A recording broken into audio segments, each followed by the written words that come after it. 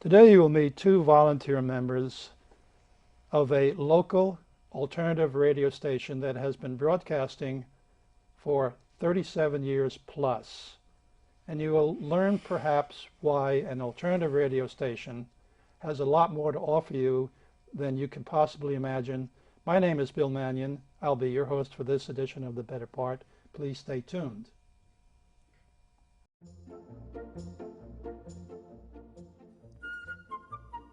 Welcome to The Better Part, a program that encompasses a diverse spectrum of topics important to our community, which we hope will both inform and entertain you. We invite you to sit back and enjoy the program.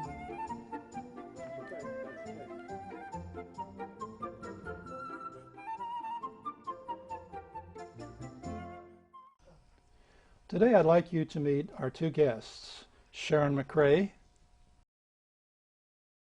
Jim Malley. They're both the two volunteers that I promised you that are coming into the studio to talk about KKUP as an alternative radio station. Sharon, can you tell our viewers what the difference is between an alternative radio station and a mainstream radio station? When I turn on KKUP, I never know what I'm going to get. I mean, you can have blues or jazz or talk radio, programs about health, our show that Jim and I do, the Old Time Farm and Garden Show. In the afternoons, my boss gets in my car and there's old time radio shows that are being replayed. And so what I really like about the alternative radio is there's something there for everybody. It's not just one venue or one genre, it's the works. So you in essence, your listeners, we say viewers in the video, but your listeners have that surprise type of thing that occurs. Well, they can go online and see what the programming is, and there's certainly people that like to follow, you know, particular shows. For example, yeah, you have your KKUP schedule. I noticed that Hawaiian music is very popular. Oh, Friday morning. Why is that? Well, it just brings back Hawaii to everybody. So the Hawaiian Friday morning show is extremely popular at KKUP. Just to mention real quickly that San Jose had some bit of history. I went on the computer and Googled in radio in San Jose, and I came up with this Bay Area Radio Museum, and it turns out that a gentleman by the name of Charles David Harold in 1910 was broadcasting out of the Garden City Bank Building in downtown San Jose, the very first programmed broadcast, long before the one that I think you listened to in Pittsburgh. No, it was in Chicago area. Chicago. Yeah. Yeah, so San Jose, WGN. again, you wonder how the heck Silicon Valley ever started. We had innovators way back then. We sure did. There's a plaque on the building, the bank building, commemorating Really? the first broadcast. What's the name of the building? I think it's the old Bank of America building. The old Bank of America. Used to be the tallest, you know, building in the valley with the weather, green. weather lights on top. Yeah. Right, Yes, right. yes. Well, that's kind of interesting. Now, I understand there were several other alternative radio stations 38 years ago when you folks were operating that were in the South Bay. For example, KRVE in Los Gatos, KFAT in Gilroy. Yeah. Are they still in operation, Jim? Well, I don't know much about the one you mentioned in Los Gatos, but KTAO is the one I listen to in Los Gatos, and wonderful alternative station. And I feel so guilty sometimes because I used to listen to it every morning, and I never subscribed. you never, and they never went off paid the your air on me. dues, huh? Now, KFAT, that was a commercial station, and it was quite popular and pretty successful, but not successful enough. KFAT, when it failed, you ended up using their antenna on top of Loma Prieta. Actually, we got their space for the antenna. You know, I think it's our own antenna, but we have their location. Jim, would you like to talk about the kind of programming that you see happening, that you've done yourself personally at Sure. KKUP, which incidentally is 91.5 FM on the dial? That's a good thing to remind them of. Yes. Yeah, you know, well, Sharon and I do the Old Time Farm and Garden Show, which is, we have great guests, and we talk about urban horticulture, and I'm involved with that. And I have I go back to my youth in the 1950s, and We have an old-time rhythm and blues show on Saturday nights, and I do folk music one time a month. And I'm even involved with ska music. I don't know if you've heard of that. How do you spell it? SKA, and it's pre-reggae type music. Now, my son normally does the show, but I'm the backup DJ on that one, and I call myself the world's oldest living ska DJ. Does your son play a musical instrument? No, he doesn't, but he's a great announcer. How did he get involved with ska? And reggae is, I think, of Caribbean. Yeah. What, ska comes from Scandinavia, maybe? No, actually, it's from Jamaica. Jamaica. And they listen to the rhythm and blues broadcasts from New Orleans and New York, I think, too. And they said, gee, that's a great thing to have. And so they started their own music, and it became ska, and then reggae. Jim does another really tonight, we're taping today is Veterans Day. That's right. And Jim he does an old time. The Catch-22 Veterans Day show, and it's mostly gripe songs of the service, but you sign up for another hitch, most of the songs. Sure. It's just unique. There's nothing quite like it on the radio. How did you come to volunteer for alternative radio? Oh, speaking of, you're in the Army now.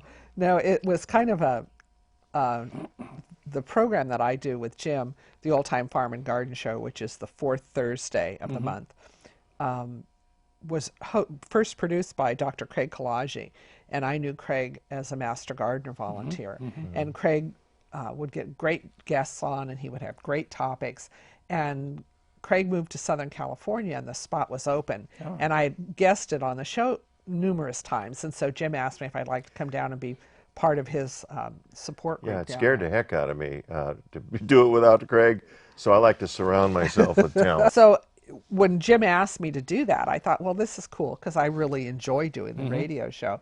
Well, how did you know that you'd enjoy doing a radio show? It's the first time you did it. Well, I had guest with Jim many times. Okay. So. And, you know, I became very aware early on that I didn't need to fix my hair. It didn't matter what I wore. You know, there was a whole lot of really great advantages to doing the radio. Sure. One thing that's helped me is it's opened my, I'm out of the box now, you know what don't tell me more about that. Well, it's like I can listen to ska music, and I can listen to all these alternative things that I never would have listened to before I came involved with a radio station. Yes. Jim, after you volunteered at KKUP, what was it like to do your first solo program? Oh, Bill, what an exhilarating experience. Now, I started as a relatively young man. I'm now in my 70s and a senior citizen. Yeah. But I went down to the station. I started up at 3:30 in the morning, and there was a bunch of characters in there. And I didn't have the kind of training that we give the announcers now, so I was a little shaky. And one of the fellows stayed with me for about a half an hour or so.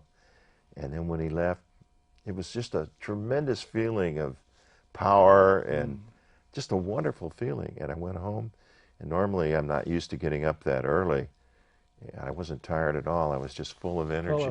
And Sharon, I know, had a great time in her first show. Yes. It was a little, I didn't have time to worry about it because I knew Jim was training me so that he and his wife could go on a cruise. And so I knew that August I was going to be soloing. So I was, you know, getting all my ducks in a row. And in June, Jim and Dot went on another trip. I think they went to see their grandkids down south. And the man that was training me, Lars, was going to come and sit with me because you have to be approved by the FCC. There's lots of regulations about just, you don't just walk in and go on the show. Right. And Lars had been training me, and I'd been watching with Jim, and so I felt that I had a level of confidence, but I was waiting till August to do a solo. Well, about 2 minutes before we went on the air for my show in June, there's no Lars. So I get on the horn and I call Lars, and he said, oh, I totally forgot. And my car's in the shop. I don't know when I'm going to get down there. So it was like, I didn't have time to panic. Yeah. Because it was 10 o'clock. It was time to do a station announcement and get on with it. And I had 2 guests sitting there. So I just kind of said, well, guys, we're on our own. And I told the audience listening, I said, well, this is my first show by myself. we'll see what it'll be. And it worked out really good. But the beauty of it is I didn't have time. By the time August, Yes. it was all old Yeah. stuff for me. So Yeah. the training was really exceptional. They did a really good job. I got a binder with all the information. I was blessed because the evolution of the training has got to the point where you can take the training, you can sit at the board, and you have every confidence that you can handle it. KKUP is 38 years on the air. When and why did the city of Cupertino become involved with the station when KKUP came into being? Yeah. Cupertino seems to get involved in a lot of different things. How did they get involved with KKUP? Well, there was these young men. Dana Jang was one of them, and they worked at a little station in a school in Los Altos, I think it was. What was it? KPSR, I think the name of it was. And they became, I think they were high school students then. And then they became Cupertino High college School. students, and they were still at that little station, and then the school decided to give up their license. And so these college students got together and said, well, let's start our own station. We'll call it KKUP, KCUP.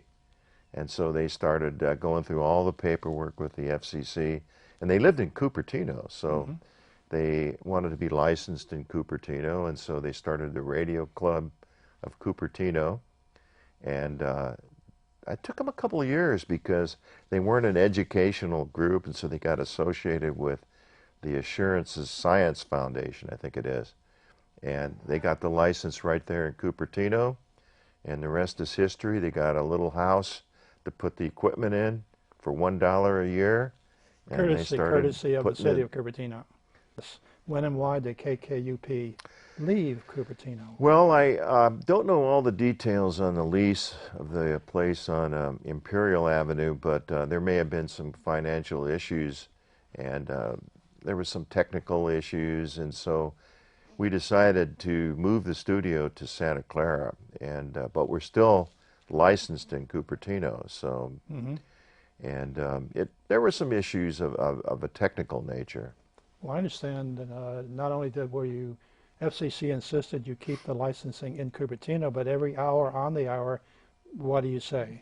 KKUP. Cupertino. There again, Yes. Cupertino, little town Yep.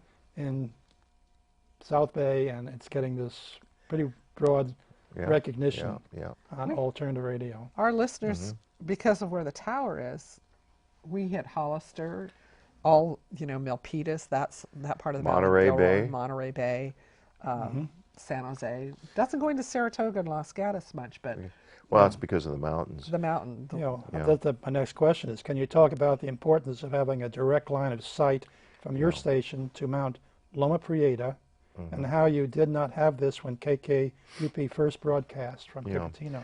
Well, that was a big driver in the move to Santa Clara and now San Jose to get direct line of sight of the studio to the Mount Loma Prieta. And before we had tried the radio link and we were actually in the Monte Vista area of Cupertino, closer to the hills.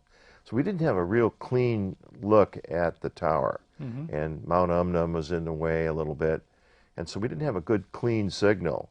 And so they tried the phone lines. You're sending your radio signal out on AT&T phone lines. Yeah, so we went back to the phone lines. Actually, the young men that started the station had phone lines. But it turns out that it was rather expensive and pretty noisy. And so the signal wasn't as good. So they all thought, well, it'd be much better to have a microwave link with direct line of sight, and that's what we got in Wonderful. the locations that we're in now. I guess 38 years ago they didn't have things like microwave antennas. Well, so 38 years ago, they were playing records. Oh, that's true. And we still play 45 RPM records on Really? the 50 show. Yeah, but it says it's 78 RPMs, the old shellac records. I have actually played a 78 too. We usually use 45s and Yeah, LPs. that's wonderful. How do you pay for your operation? It's all volunteer, and how does that handled? Well, every year we get a big raise, so we're volunteers, They give you one of those chairs where Yeah. you can like yeah, a barber chair, raise it up. Bill, we're one of the few stations. There's quite a few stations that have volunteer announcers. I know of no station that has volunteer managers. Mm-hmm. And so I've assumed a lot of those jobs myself, was once the program director, and they increased my pay by 3 times. I still made 0. We don't pay anybody at KKUP, and so that's a big help in keeping the cost down. But you still have your lights, your facility expenses, you rent the facility, Oh, yes, the sir. maintenance of the equipment, and so on. Yeah. So just out of curiosity, yeah, KKUP had an article in the Courier recently, Yeah. and they were talking about your budget, and I think the general manager was interviewed, and he said it's about $90,000 a year. Right. That's a lot of money.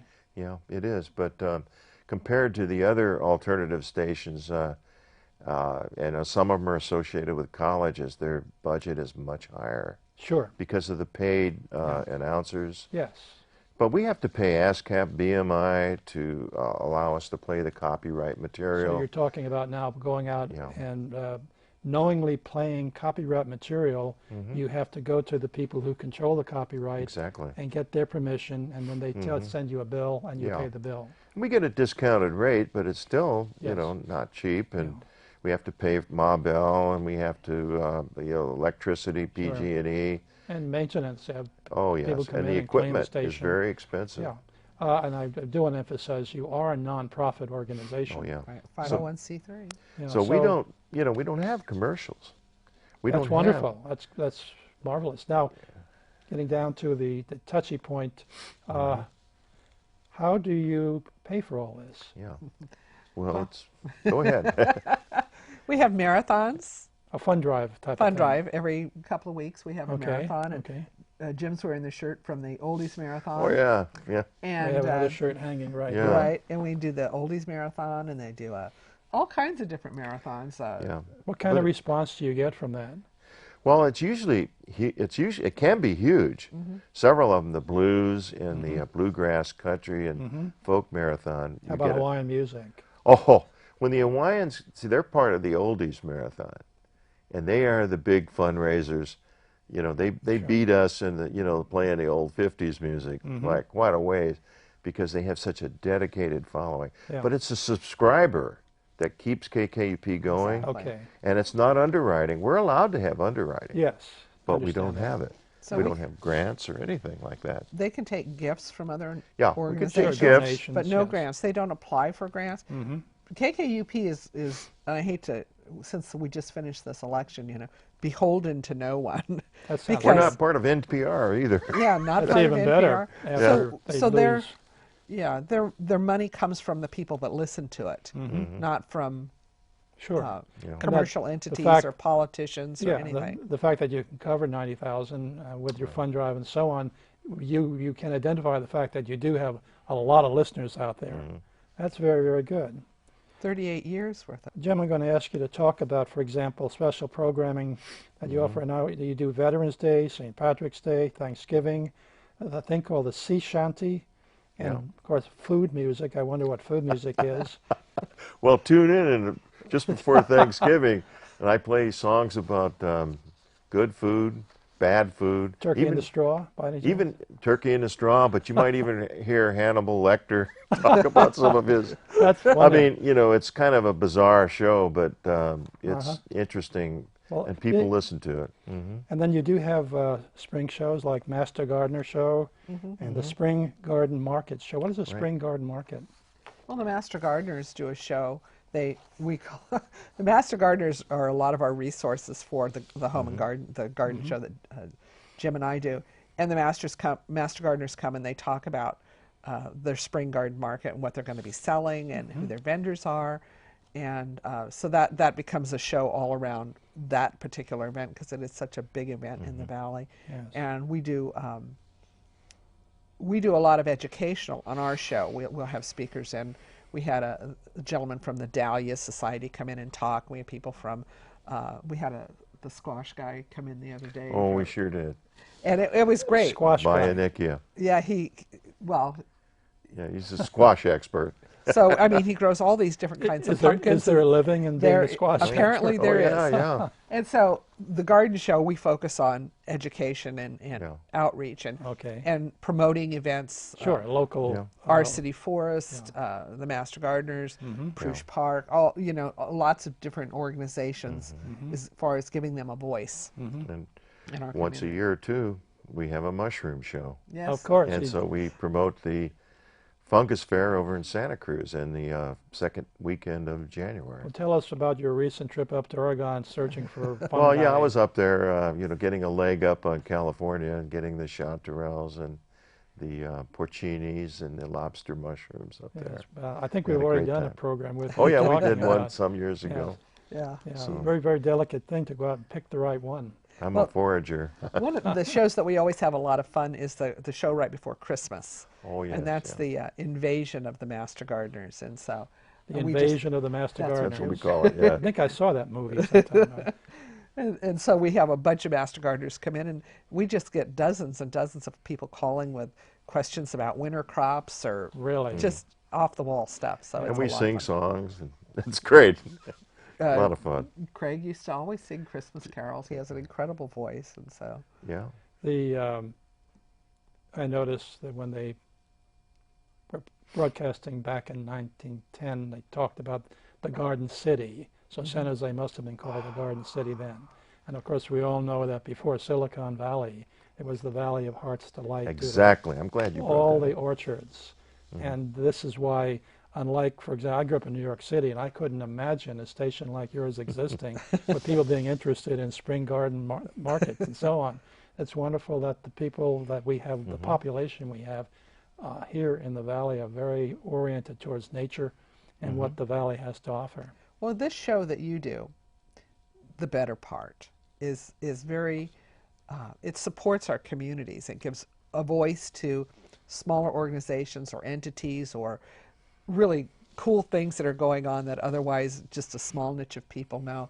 And I think at KKUP we try to replicate in many ways what you guys do, only on just an audio level. Right. Does that make sense? And so And I'm a senior citizen, so we have quite a few of those, too. Yeah, well, it's every little bit Not helps. Sharon, not Sharon. I'm in And- March. And then volunteers, I guess it's a wonderful place, and we want to be sure that if a viewer is watching this program and they found out that you two came in and volunteered and you were nervous the first time around, that it's very possible that you might pick up some new volunteers.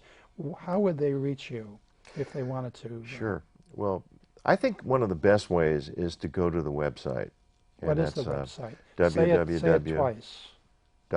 .kkup.org, or the w's.kkup.org, and it tells everything about KKUP, including the history and the schedules and who to contact. Or they can just call up any of our announcers during any of our shows. Now, we don't have a trained office, management there, receptionist but the or announcer anything. will take the name, he'll give it to the program director, and the program director will probably email the individual or call them and how to get involved with KKUP. And there's a What is process. the phone number that they would use to reach you? Yeah, we have two. 408, we have 260-2999, and then on the other side of the hill in the 831 area, it's 255-2999. Okay, the 831 is the other side of the hill being Santa Cruz. Right, Wonderful. Monterey Bay. We come in Wonderful. great over there. Wonderful. I think you pretty well covered most of the information about KKB. Is there any last thoughts you'd like to leave with our viewers? Well, I think that the best thing you can do is listen to the station, 91.5 FM. If you hear something you like, and I think you will, tell your friends. Because if we can expand our listening audience through word of mouth, maybe a bumper sticker, that's how we will keep going. And it will avoid the situation that happened to KTAO when you tune it up one morning and it's gone. We won't have that. And that was the regret you had for never having Yeah, and supported them. I really loved the station, Yeah. and I didn't subscribe. Yeah. It's such an easy thing to do, I mean, for what we give to the community. And I have to tell you, these are really great people to volunteer with. I volunteer with a lot of organizations, and I have never met a volunteer I didn't like with any of the organizations. Now, that speaks well.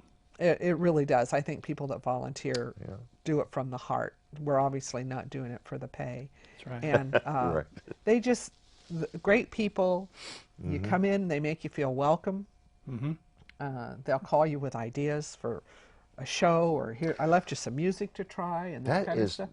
That's a good point. I've had people suggest music or topics, and we use that. Yeah. We're pretty much the same way, the better part. We Yeah. thrive on input.